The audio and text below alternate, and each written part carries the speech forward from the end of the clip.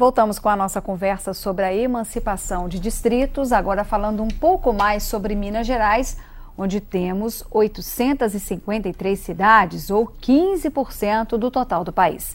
Segundo a Associação Mineira de Municípios, já existem 11 localidades interessadas na emancipação, principalmente na Grande BH.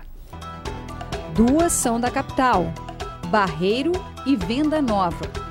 Também poderiam requerer emancipação o Parque Industrial em Contagem, o Distrito de Melo Viana em Esmeraldas, o Parque Durval de Barros em Birité, Lagoa de Santo Antônio em Pedro Leopoldo, o Distrito de Justinópolis em Ribeirão das Neves, o de Carvalho de Brito em Sabará, São Benedito em Santa Luzia, além de Senador Melo Viana em Coronel Fabriciano e o Distrito de Barra Alegre em Ipatinga.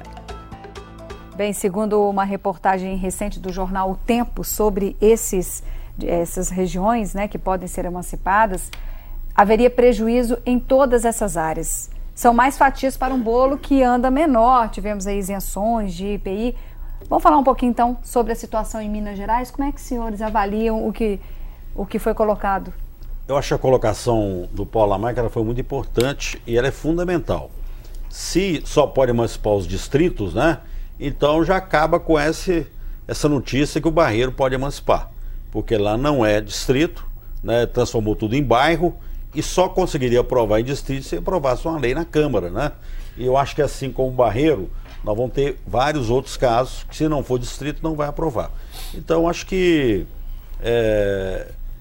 eu avalio que este momento, até que nós tenhamos a lei sancionada, né? Esse projeto de lei sancionado, nós vamos ter aí realmente uma diminuição muito grande nos casos que estão sendo colocados numa primeira mão, mas que não vão preencher os requisitos aí.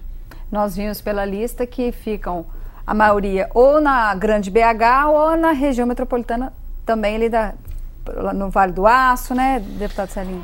Veja só, eu acho que uma outra discussão tem que ser feita também, porque é o seguinte: os municípios que estão incorporados em região metropolitana, como é o caso do Vale do Aço, como é o caso de Belo Horizonte, que nós temos 2 regiões metropolitanas no estado. Que são, só para esclarecer o pessoal de casa, são regiões administrativas e atualmente nós temos essas 2 na organização do estado. 2 regiões metropolitanas no estado. Eu acho que é um questionamento que eu faço, que merece um estudo. É permitido um município hoje que integra uma região metropolitana se emancipar? Qual é a opinião do senhor? Eu acho que não deve. Eu acho que um município que se integra a uma região metropolitana, aquela região metropolitana, aquele município ganha muito mais força política, até mesmo para buscar recursos junto ao governo do estado ou ao governo federal. O senhor está dizendo que cria uma diferenciação. Claro. Caso específico de Coronel Fabriciano. Quando emanciparam Ipatinga e emanciparam Timóteo, Coronel Fabriciano pagou um preço altíssimo. E paga um preço altíssimo porque tudo que puderam canalizar para Timóteo canalizaram, tudo que puderam canalizar para Ipatinga canalizaram, e Fabriciano ficou só com ônus. O bônus não foi para Coronel Fabriciano. Agora, a AMM informa como a possibilidade de emancipar um distrito dentro de Coronel Fabriciano. O estudo tem que provar que isso tem viabilidade financeira e que vai realmente melhorar a qualidade de vida, o IDH de toda aquela população que mora naquele distrito. E isso aí tem que levar em conta, quer dizer, quando a gente fala a possibilidade da emancipação e, claro, o surgimento de um novo município, até mais como engenheiro civil, a gente tem que ver que é um trabalho muito grande, porque você vai ter que reestruturar toda essa região, né, essa área geográfica, dentro de um contexto de cidade, para atender demandas específicas, né? Eu acho que, como o bolo tributário hoje já tem extrema dificuldades em dar sustentação a essa rede municipal que está aí implantada, esse surgimento de novos municípios tem que ter muito critério. Tem sucesso, por exemplo, na minha cidade de São João del Rei, nós temos 2 cidades lá que praticamente são quase que dentro de São João del Rei, Tiradentes, e recentemente a cidade de Santa Cruz foi emancipada há poucos anos, que foi um sucesso, né? Conseguiram realmente viabilizar, a cidade desenvolveu, cresceu, é hoje uma cidade notadamente conhecida. Sem prejuízo a São João del Rei? Sem prejuízo a São João del Rei e nem a Tiradentes. A região praticamente desenvolveu muito ali na área artesanal, área de fabricação de móveis e coisa e tal. Mas é igual o Celinho está falando, tem que ter muito cuidado com esse planejamento para que quem sai perdendo vai ficar com, claro, o ônus e os outros vão ganhar bônus que talvez vão demorar para acontecer. E temos que ter, nesses poucos dias depois da aprovação da lei, tem recebido e-mails no Facebook, as pessoas estão questionando, mas será que isso não é só interesse político, julgada de grupos aí que querem criar novos municípios, manipulação política? Olha, existem interesses em todas as questões. O Celinho citou 2 casos que são emblemáticos. O Coronel Fabriciano emancipou Ipatinga e Timóteo fortemente sob influência de grandes indústrias que se estabeleceram naqueles distritos, no caso a antiga Acesita e a Uzi Minas, porque para aquelas grandes indústrias era muito interessante ter municípios ali altamente dependentes do seu poder econômico. Então, naquele momento, existia um interesse econômico. Como em outros lugares, pode ter interesse político, mas o que tem que prevalecer é a clareza e o interesse da população. Seja a questão do melhor atendimento com serviços públicos, seja de adequação das divisas municipais, que me parece um bom desafio, mas é preciso que a gente faça essa discussão com clareza e entendendo mesmo. É desafio para nós entender quem quer emancipar e o porquê quer. A sua causa é legítima ou está representando alguma coisa que não deveria? Eu queria fazer uma correção, Helena, que eu mesmo levantei aqui a polêmica a respeito dos distritos, mas eu percebi posteriormente uma palavrinha que muda um pouco essa questão. Que vai pegar, né? Que pega, né, vai? Nós estávamos discutindo aqui, está posto na lei, que é preferencialmente distritos. Então isso o Barreiro não elimina a possibilidade. De emancipação. Ou não exige, né, Paulo, que tenha que ser distrito. Não exige. A palavra preferencialmente no texto da lei aí, ela dá entendimentos que podem levar a falar não precisa ser distrito. Mais uma polêmica, se isso realmente passar, voltamos aí com várias regiões que não são distrito que podem, tentar a emancipação. Pois não, deputado Celinho? E observe, Helena, que o foco está muito em cima da emancipação, como o Paulo Lamaco coloca, o deputado Paulo Lamaco, que a questão é preferencialmente. Agora, é preciso tratar também a questão da possibilidade da fusão e da incorporação. E eu percebo o caso de Justinópolis, aqui na região aqui metropolitana, em Belo Horizonte. Por que Justinópolis não pode ser um projeto de incorporação? Então, todo esse estudo que vai ser feito... Em qual região seria a sua sugestão? Porque está tentando... Pode tentar a emancipação virar uma cidade. A sua sugestão é que esse distrito seja anexado, saia de Ribeirão das Neves. No caso de Justinópolis, poder ser incorporado a Belo Horizonte. Que está tão próximo à região de Venda Nova. Exatamente. Então, essa questão de emancipação não é só defender ou discutir se pode ou se não pode emancipar. Também discutir a possibilidade da fusão, da incorporação. Que eu percebo que é interessante a questão de Justinópolis, dados já os avanços que tem em Justinópolis. E não seria interessante, talvez, fazer um projeto de emancipação? É um sentimento que eu tenho, mas não tenho opinião formada, mas que a gente observe que a gente tem que tratar esse foco nesse sentido. Nós tivemos um caso lá em Betim, onde nós fizemos uma fusão. Tinha um bairro chamado Petrovale, pertencia a Ibirité, e na época Ibirité não tinha as condições necessárias, como tem hoje, né? Depois que a família do Diniz Pinheiro assumiu lá a prefeitura, houve mais investimento, houve crescimento com a Regap, com outras indústrias que foram implantadas lá, mas na época ninguém queria pertencer a Ibirité. E aí nós juntamos as 2 câmaras, 2 prefeituras e pegamos 90% do bairro Petrovale e levamos para Betim. Onde Betim, naquela época, nós temos investimento, melhorou o bairro muito, né? Então é um dos exemplos. E na época também tinha ali o Vila Cristina, que era a zona do contestado, porque tem muito isso, né?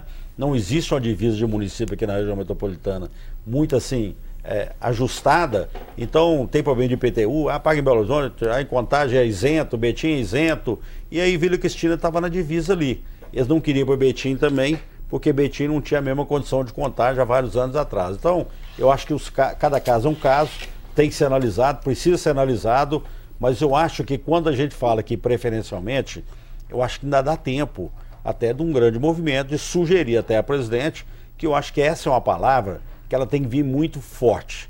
Ou pode ou não pode. Ou tem que ser distrito ou não tem. Porque se falar preferencialmente, nós vamos ter uma enxurrada de emancipações aí, todo mundo vai querer parcelar a cidade em várias cidades. A decisão tem que ser técnica, ela não pode ser política. Bom, Essa aí realmente talvez seja a fragilidade dessa lei, né? A questão do preferencialmente. Que abre uma brecha imensa, abre uma né? brecha, isso é realmente uma inovação e a gente precisa se preocupar porque, como o Ivair está colocando, e é fato, eventualmente pedaços de município podem querer se emancipar e isso seria realmente uma situação bastante complexa. Claro que nós vamos ter que contar também com o plebiscito lá da população concordando. É outro verdade. fator também que vai contribuir muito. Mas, de uma certa forma, cria-se aí uma expectativa muito grande. É um precedente complexo e pode realmente transformar isso numa situação confusa. O instrumento do desmembramento, né, esse que possibilita parte do município se transferir para o outro, apesar da imprensa não estar dando aí uma grande percepção, uma grande divulgação disso, talvez até porque ainda não seja pouco percebido, me parece que é o grande instrumento, né, essa possibilidade que o Celim coloca, por exemplo, de Justinópolis, ao invés de se emancipar, se anexar a Belo Horizonte, eu citaria outros. Nós temos áreas de expansão de aglomerado, favela, em Belo Horizonte. Taquaril se expandiu e invadiu o território de Sabará. Criou a região do Castanheiras. Uma população identificada com Belo Horizonte, mas que o investimento tem que ser feito, é alto o investimento social, tem que ser feito pelo município de Sabará. O instrumento de desmembramento possibilita, por exemplo, que essas áreas de divisa possam ter suas divisas, suas fronteiras ajustadas. Então, esse talvez seja o grande instrumento para a gente pensar em fazer os ajustes necessários nas linhas, nas fronteiras municipais do nosso estado. Paulo, tem um detalhe importante que tem que ser analisado para não incorrer no erro do passado, porque quando vai dividir, aí você tem questão dos empregados, com quem que fica os empregados, o município novo vai ficar com a parte, como é que fica, leva uma vantagem muito grande. Verdade. Tem a questão da aposentadoria, tem a questão das dívidas fundadas, né? Que o município que assumiu lá está sendo responsável e o município novo às vezes não vai assumir isso. Então, são questões que eu acho que agora elas têm que ser bem tratadas para evitar qualquer tipo de polêmica futuro. É verdade, tudo isso vai ser tratado aqui. Essa relação, por exemplo, hoje há um debate muito acentuado na questão do meio ambiente, né, na política ambiental, os consórcios de lixo, né, mas vai ficar esse processo, o consórcio de saúde. Quer dizer, eu acho que tudo isso tem que ser trabalhado e vai cair aqui no nosso colo, né, no parlamento, para a gente ajudar a mexer nesse bolo aí e repetindo a máxima que a gente tem falado sempre, né? É necessário melhorar essa distribuição de recursos. Essas exigências municipais são muito grandes em relação aos lixões, estão com os dias contados, nenhuma cidade brasileira poderá mantê-los a partir do ano que vem e o investimento para se ter aterros ou controlados ou aterro já consolidado é alto, né? Mais uma exigência. Sabe o que eu acho? Os critérios que foram colocados anteriormente são muito fragilizados. Tem que ter tantos mil habitantes, tem que ter cemitério, tem que ter um cartório. Eu acho que esse requisito não é o requisito fundamental para transformar em cidade. O requisito fundamental é justamente aquele que vai criar a questão da análise de viabilidade econômica de cada município. Esse é que é o mais importante. O negócio de criar cartório, dificultar porque não tem o cartório, porque não tem o cemitério, eu acho que é muito pouco para tanta autonomia que eles deram no passado. Aí. Bom, a lei o projeto ainda precisa ser sancionado, claro, mas ele, pelo jeito, vai impactar muito nas assembleias, não só no encaminhamento dos processos, mas também nessas discussões de levar a comunidade, será esse mesmo o melhor caminho? Qual deve ser especificamente o papel da Assembleia de Minas? Eu acho que a Assembleia vai ter que promover aí um ciclo de debates, porque a gente tem observado muito, né, a arquitetura urbana, as pessoas que são especializadas no assunto, apresentando, né, soluções que todas elas precisam de recurso financeiro. Né? É o BRT, mobilidade urbana, é isso e aquilo, precisa de recurso financeiro. Eu vejo com muita cautela essa necessidade de se abrir mais célula municipal, porque nós já temos problemas suficientes nas cidades atuais. É claro que todo mundo pode caminhar num desejo político, mas sem verificar realmente a real consequência de um modelo administrativo que, no meu entendimento, está falido. Hoje, o prefeito municipal, ele é um verdadeiro sacrificado da gestão pública brasileira. Bom, 90% das prefeituras brasileiras têm débitos previdenciários. Claro. Algumas comprometem até 40% das receitas Isso, só Helena, pagando essa dívida, só um detalhe, né? que E que essa não, dívida já... ainda vem num sistema rígido, né? mas Porque só ela um detalhe, impede, se o pagamento não é feito em dia, impede uma série de projetos que muita e de gente ações. não entende, né? Porque até empregado na prefeitura, mas hoje as prefeituras, de acordo com a legislação, tem que ter o regime estatutário, ninguém é carteira assinada mais. Não é? E essas prefeituras têm que criar o Instituto de Previdência Municipal. Eu cito como exemplo a minha cidade, eu criei isso na época. Na época eu era prefeito muito novo, até levei hoje nosso governador Antônio Anastasia para implantar em São João del Rei o regime jurídico, criar o Instituto Estatutário do Servidor Público, Instituto de Previdência Municipal. Mas de lá para cá, o aporte financeiro nesses institutos estão caindo. E essa turma vai aposentar. Aqui, criamos o Instituto lá em Betim, quando eu era prefeito em 92. Até fomos lá em Uberlândia conhecer o Instituto naquela época, funcionava muito bem. Agora, acontece, tem que ter uma sequência. Justamente. Quem está ali assumindo o Instituto e aqueles que vão sucedê-los tem que ter uma responsabilidade muito grande, porque senão vão à falência mesmo, a maioria deles hoje estão numa situação muito precária. E o NPS não quer receber esse povo, claro, com razão. Então, ao se criar isso, tem que ter em mente que não é uma coisa muito simples, não. O servidor público brasileiro hoje, nas três esferas, municipal, estadual e federal, o nosso regime é estatutário. Né? Eu sou um professor, servidor público federal, eu não tenho carteira assinada, eu não tenho fundo de garantia, eu não tenho nada. Em termos, né, Romulo? Em termos, porque hoje as prefeituras acharam uma brecha muito aí para não ultrapassar o limite de gasto com o pessoal. O que eles estão fazendo? Pegando as ONGs e utilizando as ONGs fazendo aí. Terceirização. Numa terceirização, que no meu modo de entender está errado, né? Claro. Porque aí vira Aí uma outra polêmica, né, deputado Ivair? Aí vira um cabide político, né? Coloca lá, quer dizer, fica um negócio oneroso para a prefeitura, ela sai fora daquela responsabilidade de ultrapassar o limite, e é o que está sendo usado na maioria das prefeituras. O servidor público, no meu caso federal, a vantagem que nós temos, a nossa aposentadoria é integral. Né? E somos imexíveis, né? Somos concursados, coisa e tal, igual são os estatutários do Estado e do município. Então, ao se criar um ambiente de gestão municipal, tem que ter em mente tudo isso. Porque às vezes essa cidade aqui ganhou, vai receber parte do FPM. Mas dentro dessa despesa do FPM tem essas despesas todas com servidores. Que muitas vezes a pessoa, não, é tão simples, vão criar, e não é.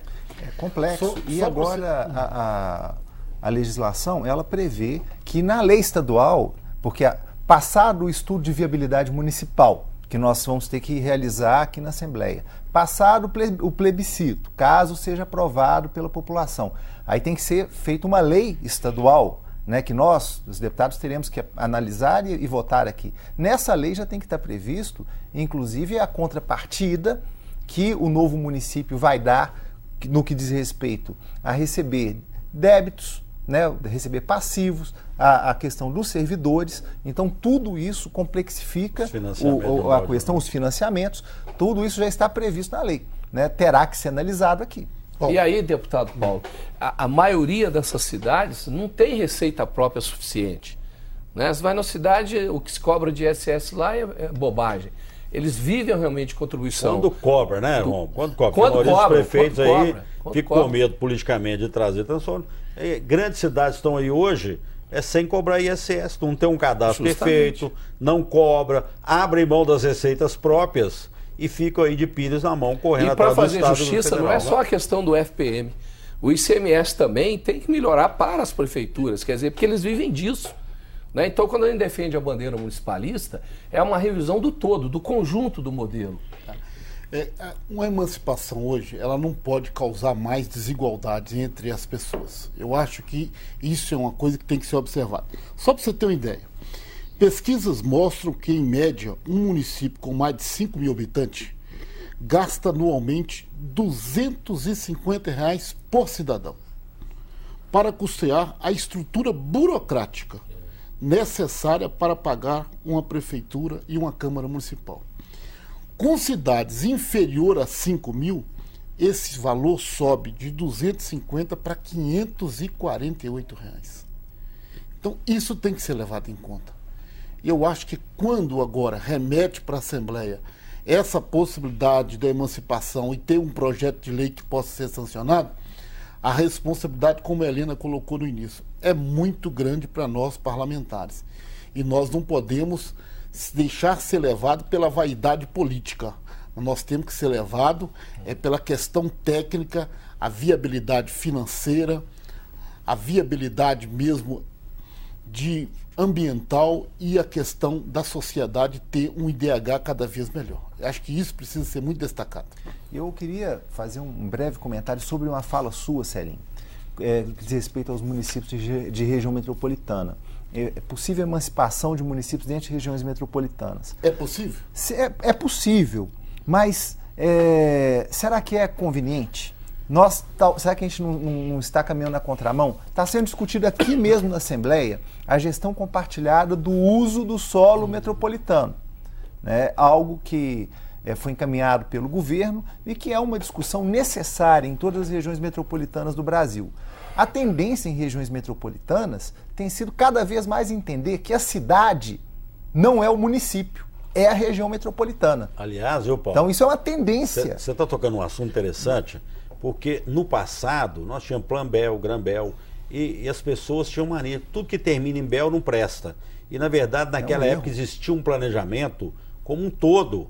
Então não é tirar o direito do prefeito ou do gestor tal, né, não poder estar administrando. Mas o que ocorreu nas regiões metropolitanas foi crescimento desordenado, né, impactando de uma forma irresponsável, investimentos que foram criados ali. Falhou o planejamento, né? Falhou o planejamento, sem ter analisado o impacto, né? Você constrói um shopping hoje. Você não pode construir um shopping em qualquer lugar. Vou comprar um terreno, construir um shopping. E aí? E o movimento? A questão de garagem, a questão de uma série de coisas, a mobilidade urbana. O impacto, por exemplo, aqui entre Capital e Nova Lima, com o crescimento imobiliário na região de Nova Lima, um impacto imenso que tem na região sul de Belo Horizonte. Olha, só um exemplo, né? Você vê hoje, né, o Minha Casa Minha Vida, que é um projeto espetacular, né, que veio de encontro de atender uma demanda. Mas hoje tem muitos empresários que usam disso aí para ganhar dinheiro, aquele negócio todo. E aí o que acontece? Levaram alguns empreendimentos, um do lado do outro, que vem trazendo alguns transtornos na questão do impacto. O empreendimento é ótimo, mas tem que ser melhor distribuído para atender uma demanda, né? No momento que nós discutimos, então, o fortalecimento dos instrumentos metropolitanos, pensar em maior fragmentação, talvez seja um pouco paradoxal.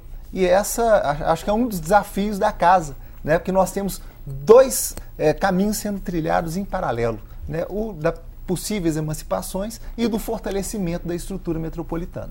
Bom, pelo que nós vimos nesse programa, esse assunto ainda vai render muito, com muitas responsabilidades, né, para os parlamentares. Então fica essa sugestão para a gente voltar a falar sobre isso aqui no nosso Assembleia Debate. Agradeço muito a presença dos senhores deputados, também a você de casa que nos acompanhou. No site da Assembleia você encontra todas as informações sobre a grade de programação da nossa emissora. Até semana que vem.